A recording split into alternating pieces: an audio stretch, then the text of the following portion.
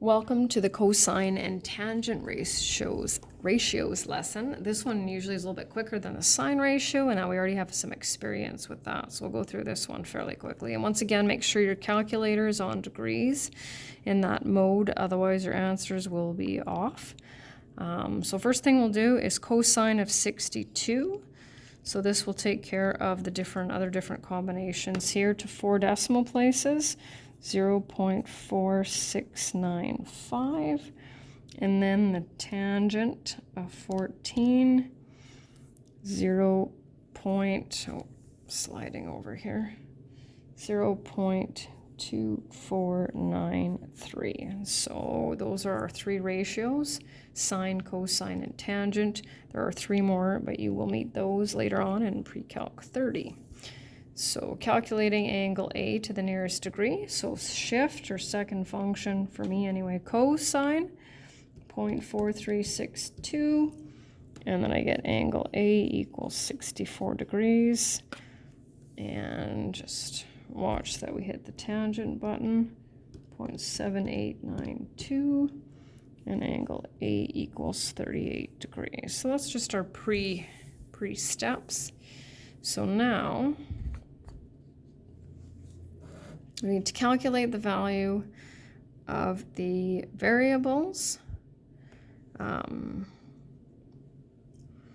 so once again, we're going to take a look. Here's our x. So we have 3 options: hypotenuse, opposite, and adjacent. So what's the 28? Well, 28 is opposite, right?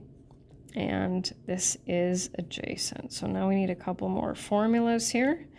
So we're going to go with the tangent is opposite over adjacent, which is the one we need here. And that's what your job will be, is to determine which ratio needs to be used. This will look really, really similar to the sine lesson in that we can calculate a missing angle, a missing numerator, and a missing denominator, and we'll just do one of those. So we'll set it up.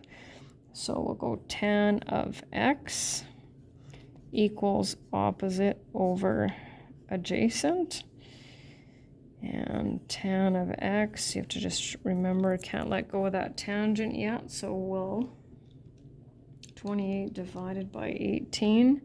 So we have that option, or the other way that you can do it if you wish is angle x equals the tan of -1. That's what it shows in your calculator. 28 over 18. So either one of those is fine. And then angle x equals 57 degrees. Okay, moving on to the next one. We've got our 43. So this is the opposite side again, and this is the adjacent. So I'm going to use the tangent ratio again. So the tangent of 43 equals opposite over adjacent. So we can do, right, and cross multiply, so we can do it this way. A equals tan of 43 times 11. That's one way to do it, or you can break it down into a decimal. And when I multiply those, 10.26 is what I get for that. And our last one, so this time I have the hypotenuse. That would be my opposite side. And there is our cosine ratio. So cosine equals adjacent over hypotenuse. So we'll set that one up. Cosine of 35 equals 8 over x.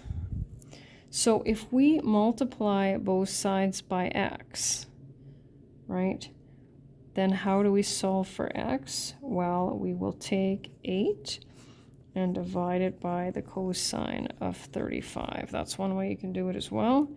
And then x equals 9.77. And that's it.